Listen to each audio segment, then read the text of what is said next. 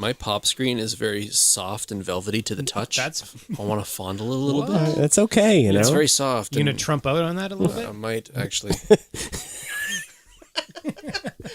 I don't even ask. I just do it. It's Beer Friday, a group of animators getting together to swap stories and see whose is better. And of course, drink some beer. Yeah, Beer Friday is finally here. Hey, I'm co-host Rich Johnson. Welcome to Beer Friday, and I'm here with co-host Brent Bouchard. Hello.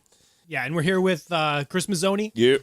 Of animation fame. That's right. And Chris Muzyka. Whoop, whoop. Yeah. And these guys have been around the industry for, the last 80. A collective, couple years? Almost 40 years? Between them, they've got 40 years of animation experience. Pretty damn close. There's you're thinking about old stories to bring up. I remember when Roy Disney came into the old studio. Oh, the old Studio B. The old Studio B on Water Street. This is probably 98 or 9. We were working on the Mighty Ducks TV. And Roy Disney, for some reason, was in town doing something. And he came through, and some people lost their shit on him. I was like, okay, he kind of looks like Walt. Like I would be if Brad Bird showed up at DHX. Sure, or Glenn Keane or something like that, Yeah. So I think we should talk about the beer we're drinking today, the craft beer. Oh, yeah. Let's pour some glasses. Okay, cool. What are we doing Well, what with with it being Beer Fridays and all? Mm-hmm. We've had a few already, haven't we there, Chris? We have. I was about 4 deep before Brent and Rich got here on account of the Blue Jays game. Sadly, they lost. We're going to go with some Bridge Brewing. I bought a Belgian Rubus. Rubus? Nice. I think it's Rubus. Yeah, I think it's a Rubus, yeah. Yeah. Table beer. I don't think I've sampled most of Bridge's products so far, but I don't think I've had fairly that one. new. This is a light beer with a big aroma of blackberries, citrus, passion fruit, and grape, followed by a smooth candied malt flavor. Ooh, delightful. So this Sounds is going to be a sweet. treat. And that was Belgian, you say, too, right? Yeah. Because the one I just picked up the other day is the barrel-aged Belgian Red IPA. Sorry, guys, it's all gone. We already had it. But it was pretty cool, too. It was these guys always doing something new with Bridge guys. Yeah. And, Who wants some of this? You want some? Yeah, I would love to try I this. just filled up some. So you guys, I've had heard that a lot one, so about you guys go, the brewery in Bridge here. is great. They got a great tasting room. They're out of the way, tucked away there. Yeah. Always filled on a Friday to Saturday night. You can't even get in there. You can't park. In North Van, they're one of the better ones, for sure. You ride your bike there. It's the best way to do it. That's nice. So which one is this one? 3. That's the Rubus. Okay. Belgian Rubus. Pretty fruity. The other one I've got here, I'm actually drinking right now, is the Bridge, the Bourbon Blood Orange. That's one of their staples. They got that at all the tap and barrels. Nitz, do you want some of this? Or are you that's good with You go for that, yeah. I got the blood going now. That was my favorite beer this summer. This is delicious. That was if I had to give a beer of year award, it would be the Bourbon Blood. It's a Orange. wheat ale, but it's got all kinds of stuff going on there. There's like caramel and malts and blood orange, obviously, but it's just tasty. In the summertime, it's delicious. So we got a couple of these we can have too later, guys. Yeah. This isn't bad. I mean, I picked this up because I didn't want to get something like a pale ale or a lager. I wanted to try something that different. had some flavor to it. Not, out of the ordinary. I'm digging it. I've had a couple sips in, and I'm. It's really nice. It's got some really fruity notes to it. So that's a 4%er, which is nice. I mean, This is like this beer is like Highly what you want on a Sunday. quaffable. It's basically like having an OJ. This tastes a lot like a Radler. It does totally. Yeah, it has a lot of citrus. Like when you smell it, it smells beautiful. Nitz, you brought up the session ale thing. What do you know the derivative of why they call it a session ale? I think it just means a beer that you can sit down and have a session of drinking. So a session lower alcohol refers content. to lower alcohol content. As opposed drinking to of alcohol. As opposed to a binge. Yes, yeah. A session of binging ale. is different. Yeah. Okay. Do you know what an IBU is? Oh, I was waiting for that one. International Yeah. bitterness. Well, I'm looking units. at the bottle there. This one is bittering units, actually. It's basically out of 100 scale. So this one's a 15, the good one you guys have, which means not very hoppy. Just hoppiness scale. And then the blood orange is 20, so not much different. Okay. But nothing could be like 100. Right? Oh, yeah. They go over If 100. you're just eating a handful of hops, that's 100. Yeah. When I was up to the Clark Street studio at DHX there, you go to St. Augustine's. Yeah. And they got about 100 taps there. And there was, I can't remember the name of it, but there was one that was about 120 IBU. Oh, wow. And it just bit you right back. It was great. Yeah. But, you got to try it once. Yeah.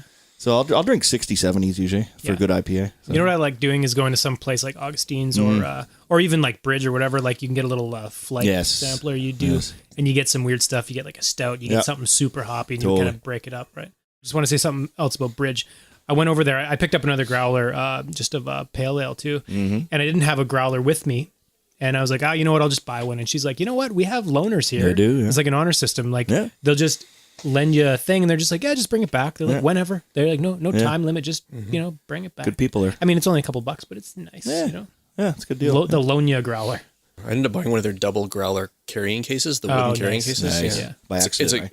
By accident, but it's now adorning our little liquor cabinet. It was actually like the salt and pepper carrier, but you just grabbed it anyway. Yeah, we thought it was like a $5 Beer's not gonna accessory fit in here. for the growlers. Turns out I'm walking out of there with like $100 worth You of just stole a product. piece of the store. Yeah, you know what else? They actually let you take the bar stools home too. You could just walk right out with You them. can. Yeah, it's an honor system. Totally.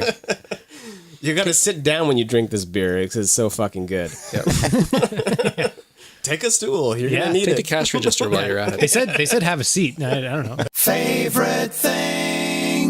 I'm replaying over and over on my Xbox Alien Isolation. Nice. And basically what Alien Isolation is you're on a space station. And the xenomorph from the Alien movies is walking around just doing shit. And Just hanging around. He's having a coffee. Yeah. Your character, the original character from the main gameplay is Amanda Ripley, who is Ellen Ripley's daughter. So it's sort of a first-person POV type of game. You just wandering through. You get everything from like a prodder or a taser to like a handgun. And then near the end, you get a flamethrower, and you can actually craft items that can distract the alien, all the other enemies on the base. Like there's the synthetic division, and it's just this corporation of like all these robots, and they go awry. Things go awry. So it's like a horror genre. It's horror. You know what? One of the beauties in this game is there's a lot of quiet moments, and in that quiet. First of all, the alien isn't around every corner. So it's the anticipation that there's a music sting.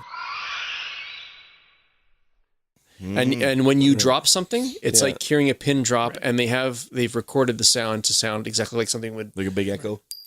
It would be an echo in like one of the chambers of this room, and it's creepy. And I will play this thing. I would say. On average, about 12 hours. You get scared when you play this. I play this about 12 hours a week. Sleep with the lights on. Which, in gamer terms is nothing. But in terms of replayability with all the DLCs and all of the extra campaigns you can load, I'll play this thing probably 2 or 3 hours a night for a couple nights after work just to wind down. There's a psychology to this, why this game works for me. And I find that when I'm the most, if I can use the word scared, I don't feel like I get scared, but I get the chills when the alien is nowhere to be seen or heard. Right. When I can hear it creeping around, I can use my little motion tracker like they have on Alien. Like, we can hear it coming through the floorboards, man. And I can see it, or I can hear it. I know where it is. And when I have that in my mind, I'm like, okay, I can go here or I can go here. And then you can sort of like wait it out in a locker. And it can just be there the whole It can time. be like high school for some people. Yeah. But this game, I feel like whether I have a good session with it or a bad session, I can walk to bed and just feel. I think I get an adrenaline rush or some sort of endorphin rush from a long day at work, and I find. And my girlfriend has said that she says that some of my longest sessions on this, even though she'll be in bed, but she'll hear me come to bed later. I'll be like, yeah, you said you had a long day at work, and I noticed you were playing for a long time, or I had an okay time and I played it for 5 minutes. So I think it's about stress release. It's so much better than drinking or doing drugs. No. It is. Combine all three. There you go. And I do it all. I neglected to say that I have cracked a beer or two. During this game. Yeah, and that kind of goes with it sometimes And then you or start whatever. But trash talking the alien. Fuck you, alien. Well, you don't know me. I had to give him a name at some point. I just sort of humanize him a little bit. I call him Ted. Right. Sure. Yeah. So I've affectionately called him Ted. I'm a Simpsons guy. I admit it, and I fully admit it. Wait. So What's Simpsons? Simpson. Who remembers the old Tracy Ullman show? Tracy Ullman show. Okay, so we're talking about 1989. I'm just getting out of high school, and I have no idea what I'm going to do. And I remember seeing The Simpsons and Ren and Stimpy Big House Blues in a animation festival at the beaches in Toronto. Right. And I'm like, this is cool. This is cool. So they basically got me into what I'm doing. Really? For my life, yeah. And I still remember where I was with who I was sitting with watching some old episodes, like 89, 90 episodes of The Simpsons. And now I still watch it. I still record it every Sunday. You're one of the only people I know. I know. Like I hear it's like everyone I talk to who does catch an episode here and there, like a new one. They're like, it's still good. But you're the only one I know who watches it religiously every week. I'm one of the few. Like I don't know many more. He still does. He'll come to me on a Monday and say, "Did you watch The Simpsons?" I'm like, "You mean the show that's been on for the last 35 years?" 28 years. Yeah. But it's weird. Like I still record it, and I've seen every one, and I've probably twice most of them. Yeah. So but it's still holding the up. writing is still okay. They had a down period maybe 3-4 years ago, but the last couple years have been good, and it's still they get good guests. They had Bill Burr was on doing a Boston accent last week. They went to Boston. It was great. Bill Burr. And now I've got my 11-year-old daughter, and I'm bringing her into it, and she loves. We watch the new ones. But now I'm bringing all the classics back to her. Like we're watching King Size Homer and Monorail and all this stuff. Cape Fear. Just to interject too, there was something Conan O'Brien was doing on his website. Maybe it was on Team Coco. Maybe where he got together with him and a bunch of the old writers. Nice. And they sat around Al Jean and they just Sam shot Simon. the shit about old Simpsons days and how unromantic it was. Like they would just be in a room and they would just be working, and then someone would order takeout, and then they get food, and they talk a little bit, and then just go back to working. Like no one was really communicating. But meanwhile, they're making this amazing show, and they're doing these like monorail episodes. That's and stuff. before it was a we classic. Still remember right? 30 years later. Yeah, like that was literally season 4 or 5, right? Like it's crazy. But it might have been part of Conan's. I think he does like a serious jibber jabber, it's a little talk show he does on web only thing. I wish I watched more Conan. Yeah, I only watch his YouTube channel. I'll catch it when I can. Check it out on the Team Coco channel. It's on there somewhere, but it's like him and the old Simpson writers shooting the shit. Excellent. But he does this thing where he does video game reviews. Oh, his GTA one is probably one of the better ones. Yeah. Yeah, and he's done like Atari, and he does all kinds of stuff. Yeah. I've still got my Atari 2600. Oh yeah. Nice. I had it down here, but it's got. I still have my Atari 7800, which plays 2600 games. I've got about 50 games still. Yeah. And I remember getting pole position for Christmas. I remember asking for that for Christmas in about 83 or 4. And it was like a $50 game in 1984. Yeah. Imagine, what's that now? Like, extrapolate that. It's huge. Yeah. Well, games now are like, they open at like $80, I know. but that's $50 in 83. It's like at least probably a couple $100, right? Yeah. 150 bucks. I still have my Atari. And it's terrible. In it's brutal. But I remember playing that. Like, it was the greatest thing ever, right? I same thing. I hooked mine up recently. I would say in the last year or two. Yeah. The novelty wore off after about 15 minutes. I went, oh yeah, these games. Oh yeah, they're Brent, not. you had a milk crate, if I recall, from one of our jam sessions. You had a milk crate for some really serious Atari games. You had some really serious titles in there. The jam space where we play music, I kept the Atari there because I've got E.T. Oh, dude. What? I've got E.T. Dude, you didn't send it away to me. I'll one up you on that. It is brutal. I can beat E.T. What do you got? The thing is, E.T. is the most confusing game, and it's horrible. It's notoriously the worst game. The worst game ever made. If you just play it out of the box, if you put it in and play it, you can't do it. You can't figure it out. But if you know what all the little symbols on the thing mean, and you read the instructions, yeah. it's actually pretty easy. Wait, what's the documentary, mate? Called? What was it called? I just watched that too. It's on Netflix. Game Over. It's about the story of the game, and the really guy cool. the guy that did it was one of the biggest designers, and he made him do it with like an 8-week turnaround to design this game, get it out for Christmas. But he designed like Yar's Revenge. Yeah, Yar's Revenge was a big one. Yar's Revenge. And he even admitted when he gave it over to them, he's like, "This is not good," but they had to put it out for Christmas for 83 or whatever it was, 83 or 4. The director, I think his name is Richard Kelly. He's the guy who did Donnie Darko, and he made this movie called Southland Tales, which is horrible. Yeah, it's across the like. If you type in Southland Tales, it'll come up like in Google like worst movie ever. But it's got a cult following, and what sort of intrigued me was I can't remember why I even found this article, but somebody at Vice had written an article where they were basically watching Southland Tales, and then they had, because it's such a confusing movie, they had questions for the director. So he tweeted out, he was like, if I could sit down with Richard Kelly for half an hour, I'd love it, And then he tweeted back and said, he's like, I'm down. Let's do it. Cool. So then they set up an interview, and it was this really well written article about how confusing Southland Tales is, and like it's basically in a nutshell like a post-apocalyptic sort of alternate reality where like a NSA type corporation is sort of spying on everybody, and there's been a nuclear war, and like the terror alert is really high, and you need a visa to get through state lines, and it's just crazy. And then it follows like this action star played by The Rock, and he kind of wakes up in the middle of the desert, and he's got amnesia, and then has a script that he thinks he wrote, but meanwhile it was really written by someone else who's part of like a neo-Marxist cult, and then it goes like in 1,000 different directions, and then it escalates to the end of the world, and this mirrors from the script that he's been writing, and it makes almost no sense. And I watched it last night because after reading this article, and it's so vague that you think that there's all this hidden meaning in the movie, and that was why the guy at Vice wanted to talk to the director about it, and then the director basically gave him a day of his time and realized that there was like a reason for actually everything in it, and it sort of took the mystery out of it. And he also supplemented it with like 3 graphic novels that you need to read to sort of get the scope of the whole movie. And I totally want to read those now. Like I'm like so sucked into this thing. It wasn't it was an okay movie. I don't quite get it. But when did this come out? I've never heard of this movie. 2007, something like that. So it's a bit a while. Okay. Yeah. And it was the sounds like fun for the whole family. Yeah, it was his second movie. Like if it was like now, that would not be a movie. That would be a TV show. Oh, you can make it a series for sure. Yeah, because it does tell a story, and I've been geeking out on it hard, like all these sites, like people trying to give a synopsis and talking about the meaning of it and everything.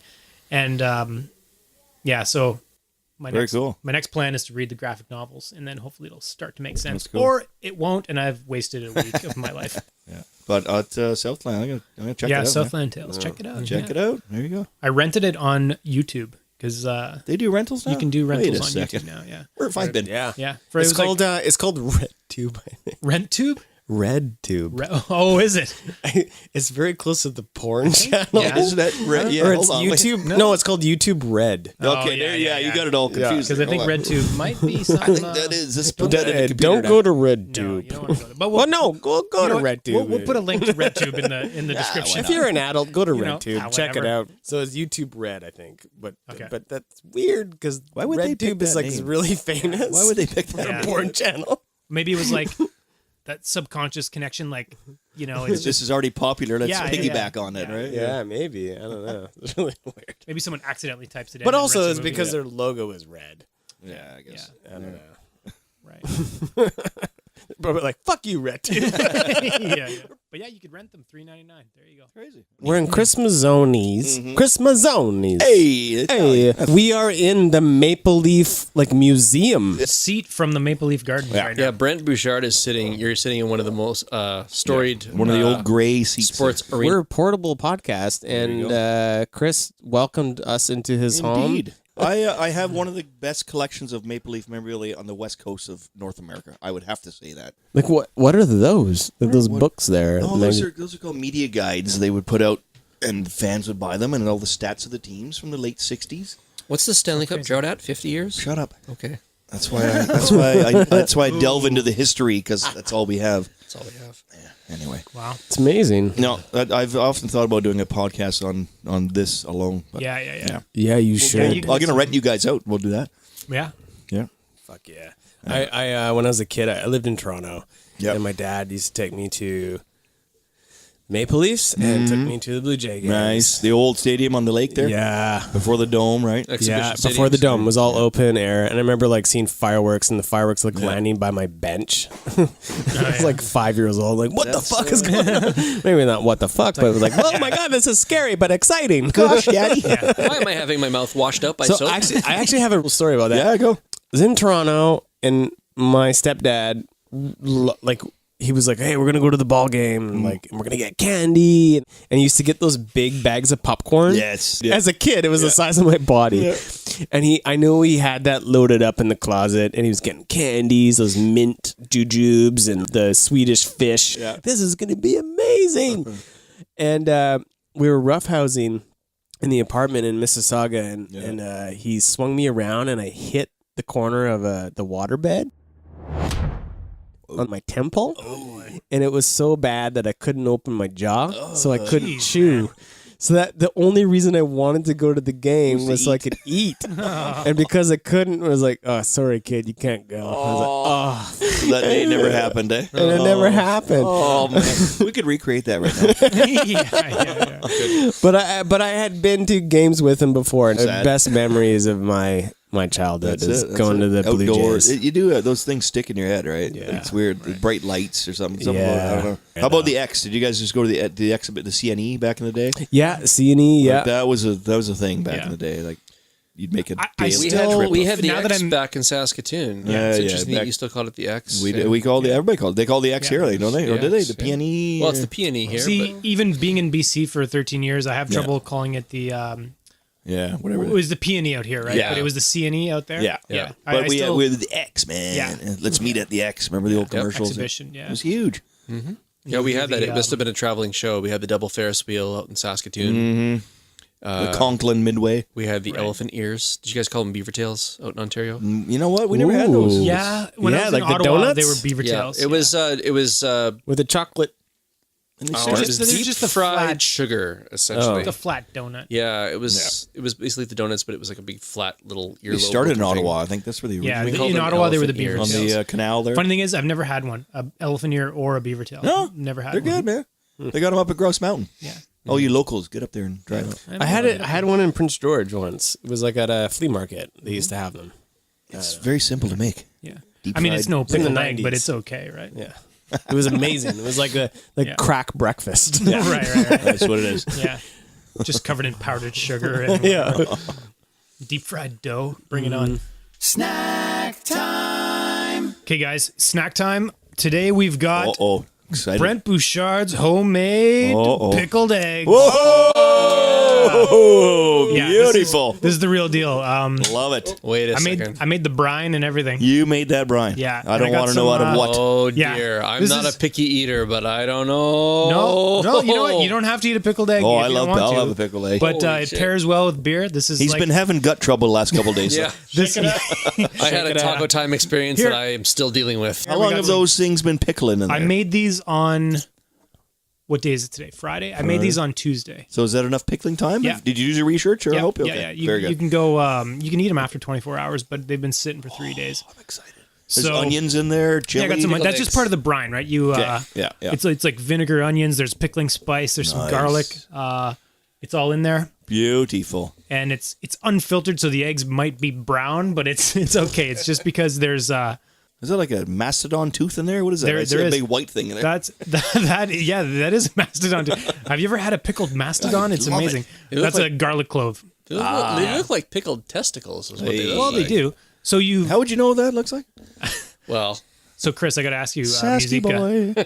So you've never had a pickled egg before? Well, this could turn out to be an experiment of sorts. Because, do you like hard-boiled eggs? Most people who know me know I'm not a very picky eater, but there are a handful of things I haven't. I've turned my nose up at, but for the sake of like being on the spot, pickled eggs are one of them. You don't. It's not like Fear Factor. You don't have to eat it. Well, I'm so hungry right now. I'll drink that freaking brine. I'll be the first. Give it a sniff. Okay. This is what we're doing. Give him the rag too. I don't want dripping. Drink it. I don't want dripping. You can drink it if you want. This has been in the fridge all week. It doesn't want dripping. And remember, Muzyka, you're 4 feet away from the washer. No, 4 feet away. Well, Rich's like a septic tank. Rich's response upon putting his nose into the farty. jar. Do we need a spoon to get him out or something? Yeah, we might need a fork or you know what? spoon. It's weird. Like Hold on, right one foot away, it smells like farts. But then when you get close, it smells like vinegar. You're totally selling me on this right now. Do I have a fork or should I just dig in with my? Chris is gonna go grab some utensils. Oh, I can smell it from over here, and I'm only 3 feet away. Yeah, you take a whiff. Okay. I'll hold it. You got it. But I'll say this though. I don't know if you guys are. I don't know if you guys are. I don't know if you guys have ever been to like. How many times have you done this, dude? I've done that once before. Are you fucking kidding me? Yeah. I thought this was like a regular thing. Let me tell you, this is like the second time you've done it. Smell like this. Can I say? No, that's normal. That's we're totally gonna normal. die. No, we're Brent, when fine. you said, "Oh, wait till you hear about snack time," I'm bringing snacks, and I was like, "Ooh, yum!" And I had a dinner tonight, but I intentionally this is didn't gonna be overeat Okay, both because you guys, I thought that snack time would be like dessert, so something sweet. I feel like something snacky. me and Nitz know about pickled I eggs. need a napkin. Oh yeah. Is it Okay. is it an Ontario thing? No, I got it. It might be. Like, here's the thing. Here's the thing with me and bars and pickled eggs. Yeah, when you go to a dive bar in Ontario, You get pickled eggs. You get pickled eggs. They're at the bar.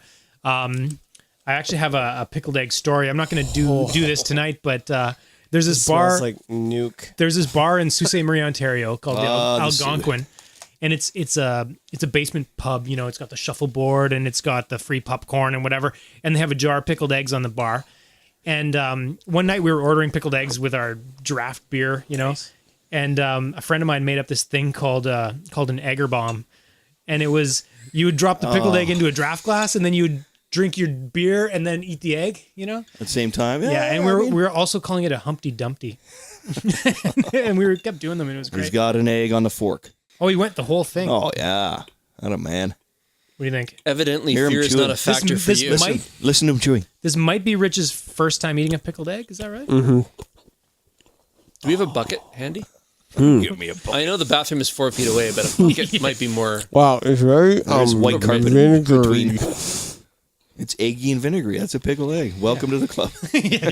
Have you met Brian? He's getting it down. And you know, I understand it's an acquired taste. It might be nostalgic. Brent, I don't know. I'm very. This is a challenge for these guys, but I'm Yeah. excited about this. Yeah. I'm very excited. When, like honestly, This when is I'm a at good snack. when I'm at a pub, Yeah. a dive bar, and I see pickled eggs, I get them. And my got it. wife is always like, "What the fuck are you doing?" And I always do it. And she's like, "What are you doing? You're gonna die." It's a have been nice sitting light on- snack. Yeah. Yeah, For crazy people. I can see how you wouldn't want to put the whole thing in your mouth. Yeah, it's that's- okay. It's that's not. a bad It's You not could, bad. do, you could do a bite. You know, you That can was a bite. bad maneuver, and that was a rookie mistake. It's, But now that I can breathe, yeah, well, at least you didn't choke on it. That would have been horrible, right? Death by You know pickled what? egg. Worst obituary. I just have to say, like, wow, you pickled stuff. Dude, You did some pickling. I made a brine. I made the pickling spice. That's You impressive. pickled something that could kill me. yeah. It could have killed you. Brent, please don't be offended by my passing up of Dude, this. not offended. Dude, it's I'm embarrassed because not for I will everybody. normally eat anything. Okay, here we go. Here under we the go. sun, but Here we go. that's, I'll take that. I'll hold the jar, but Chris- yeah, maybe let Brent. I love these things. Let's go. Yeah. Oh, we didn't even take Oh, the I whole got thing all- in. I got Oh, all you white. didn't put the whole thing. You don't did a have to do halfer. I'm not a rookie here. No, it's an egg, right? Like Oh, you got some onion too. Onion. Well, there's That is onion in there. delicious brine there. It's really good. I'll post the Very recipe. nice. I'll put the recipe on the blog and on the As pickled eggs channel. go, that is a darn good pickled egg. Is it a good one? Yeah, that is good. It was You nailed really good. It was You really nailed good. I haven't tried these yet. This batch. Yeah. All right, so snack time. That was good, Brent. That was pickled eggs. Very Pickled nice. eggs. Thanks for partaking. Muzyka, Somebody you're didn't- dead to me. No big deal. Yeah, I think our friendship just ended. Yeah. I might have tonight. his later. I'm sorry. Story time. You got So- any Christmas stories there, Chris? Yeah. Dun, dun, dun, dun, dun, dun, dun, dun, dun, dun, dun, dun, dun, Studio Christmas party stories. It was open bar, and you can tell where this is going. All of their drinks had themed names from all of their shows, and they were serving them up like they were going out of style. They're like martini. They were like mixed martinis, Oh, yeah. and That's there your was a first lot of mistake. sugary stuff in there. There was a lot of beer as well. That's your first mistake. At this point in the night, we're about 6 hours in, and it's getting late. I was shooting the shit and talking about animation, and next thing I know, I'm sitting next to a pretty genuine boss who he cared about the industry, and he kind of remembered people's faces and names, and so whenever we would see each other, we would stop and say hi. But he was in his office with like All the old school just a boys. who's who of like all the old school guys that were way before me, had at least Drinking 10 to 20 scotch. years. And being in that place at that time was I thought kind of cool. I was invited in by a Getting couple into people, the inner circle. and I was probably the youngest person in the room, but he remembered me, and we were talking. And as we were talking, I started to feel really fucking queasy. Oh boy. And I'm like, this, before that happened, I was like, don't know body, the story actually. body, but I- don't don't do this now. Don't. I'm having a good moment, a good bonding moment with my boss. Yeah. Worst possible all of his time. buddies. We're shooting the shit. I'm kind of a little like dry throated from the cigar smoke because I don't smoke cigars ever. But I'm doing it out of pure pressure because I want to be cool. Did you throw up on his face? So no, that's the thing. You swallowed it? I really did not want that to happen. So I said, you know what? Excuse me for a second, because I was almost blackout drunk at this point. Yeah. I'm just gonna go take 5 for a second. Please I'll be excuse right me. back. Yeah. Excuse me. When in reality, it was probably like, hey, because I bolted for the washroom and I painted the fucking bowl and the side of the wall, the salmony puke and bluish puke from all of the colored girl drinks. Stupid because of the girly drinks that they girl were drink serving up, drunk. and I was trying everything just to. Nice Kids in the Hall skit Yes, there. very. You were probably in there. I was in there, and I remember you bolting out, but nobody knew or saw or cared. Something about puking sobered me up because I realized, holy fuck, I was having a real moment with the boss, and I got scared because I thought, did I puke in front of him and then puke all the way to the bathroom? And I go, no, I contained it. So I started cleaning it up. I did the best job I could to clean it up. I left my drink on the side of the sink. Right. If there would have been a Tic Tac or like some Listerine or something, I probably would have popped that. Sure. And I went and I took my drink back to the office. Yeah. Walked back in. People were talking. My seat on the couch is still available. Yeah. I'm back, everyone. I walked right back and I sat down. He goes, "Are you okay?" And I said, "Yeah, man. Why?" Well, what's No. Just you seemed like you were in a hurry to get out of the room. Oh, I just had to go refill my drink, is what I said. I'm a partier, man. And then you guys made out. Yeah, that's right. Scene. Happily ever after. Your career could have been over if you threw up in his face. Think about this. You went to the bathroom, someone was in the bathroom. Yeah. Then what do you do? Yeah, have to walk- there was a nightmarish moment where I was walking over there and I knew where the bathroom was. And I know that walk. You're on your tippy toes that walk. You're like trying to get as fast as you can, but you're stumbling, right? And as soon as I saw the door, and when I knew there was a bathroom there, I'm like, I'm not going to make it any further than 10 feet. That bathroom better not be fucking occupied. Yeah. Mm-hmm. And I see that the door opened like a crack. Like, you know it's yes, it's vacant. Yeah. It's either vacant or somebody is in there. But Unleash hell! Yeah. I Dude, did. that's when you know it's like it was meant to be. Right. Like You're you all were in the good, right baby. place. It's all good, baby. You're all good. All good. You threw Anyway, up in the that's- right place and you cleaned it up. The Wayback Machine. Yes. Yeah. So I came out from Ontario, out of Sheridan, and I had no job here. I didn't know anything about this goddamn town. There Right. was barely an industry here. And All he had was his hat in his hand and a that's couple all it cents. was. And Wearing a barrel. and a pocket full of dreams. And I literally looked through the phone book and in the animation and I found Studio B. Yeah. And I went down there and I dropped my portfolio and they got me in for an interview and they needed me to do some background cleanup on this wonderful show. It was an MTV show called Brothers Grunt. Brothers Grunt. And it was with That would have been the time when MTV was doing a lot of like it was like interstitials with like when video. when Mike Judge sort of spawned that Yeah. whole time. Pretty much like late 90s. Antonucci was doing he did little bumpers in between videos with these guys, and that would be Danny Antonucci of For the AKA fame, unanointed. yes. And MTV liked what he did. They wanted a series of it. So I guess he started AKA right around that time, maybe 94, 95.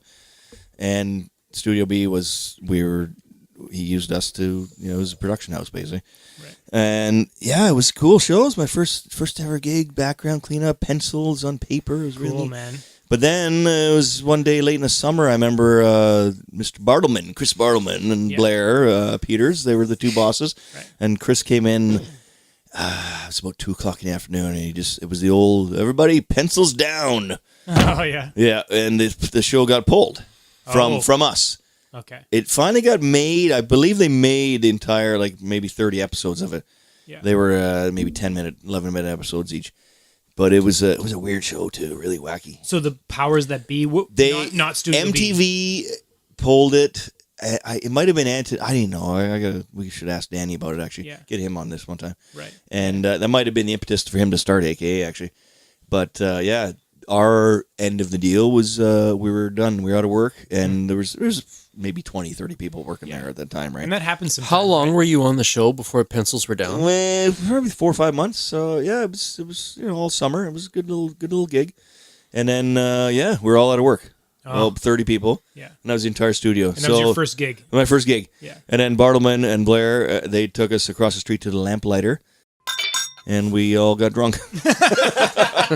Consolation prize. Yeah, Of course. And back then, the Lamplighter might have had pickled eggs. You know what? There was a scuzzhole back then. Yeah. It's not much better now. I mean, okay, it's better now, but it was pretty dank back then. Right. But yeah, that was my first gig. Yeah.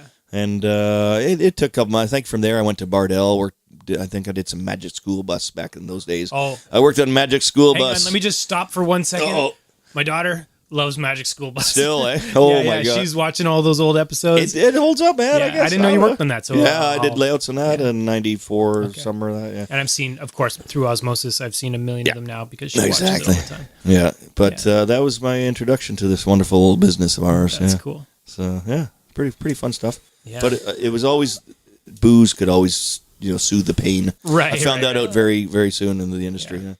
We have His nickname is Nitz, right? I've been Nitz since about. So where did Nitz come from? It was a Jerky Boys thing. You remember the Jerky Boys? Yeah. Right? Well, that's another festive thing we had going on. We used to play Jerky Boys. Tail end of, We're on the record here. We used to play Jerky Boys out loud. Yeah. And Adam Sandler, the goat sketch, and all this stupid, show your cock and balls for mama, all that stuff. But the Jerky Boys were just one line, a throwaway. As he hung up, he said, "See you later, Nitz," and that was it. He only said it once in like 5 albums. But my buddy Jeff Barker just started calling me Nitz. Did you know that Radiohead, Pablo Honey? Pablo Honey, yeah. Pablo Honey is named after a Jerky Boys line too. Pablo, come home, Honey, come home, Pablo. That's why Pablo Honey is called Pablo Honey. Yeah, the there you go. album. I've got Twitter interactions with Johnny Brennan of the Jerky Boys. Really? That's still sadly is his claim to fame. Like he's been doing that for. He does the Saul, or what's his name, Mort on Family Guy. Mort Goldman. Right? It's basically Saul Rosenberg. Right? But that's all he does now. He does signings at Comic-Cons and stuff. If you can ride that out for a while. We've had some Twitter things. That was kind of cool. Yeah. You had Twitter back and forth with him. Yeah, just I quoted a couple things, and he said, "I see you later, Nitz," and whatever. That's cool. Yeah, but it's cool. Okay, that's good to know. At least I know now where that came from. Yeah, so that's For some reason, I just. I thought it was pretty cool. And the guy freaking looked like me, didn't he, too? He kind of looked like me. So ball cap and everything, right? I thought that happened, but I guess, yeah. In an alternate universe, that's how that went Pretty down. much, yeah. There you go. A lot of names got said on that Jerky Boys album, and I'm glad that you got the nickname Nitz because it could have been a lot worse. Could have been Sizzle Chest. It could have been Sizzle Tits. Yeah. All right, boys. That was fun. Fun stuff. It's Beer Friday, a group of animators getting together to swap stories and see whose is better. And of course, drink some beer. Yeah, Beer Friday is finally here. Isn't the chance that Jack the Ben? Not in your life, my Hindu friend. What about us brain-dead slobs? You'll be given cushy jobs. Were you sent here by the devil? No good, sir. I'm on the level. The ring came off my pudding can. Use my penknife, my good man. Monorail. Checking. There we go.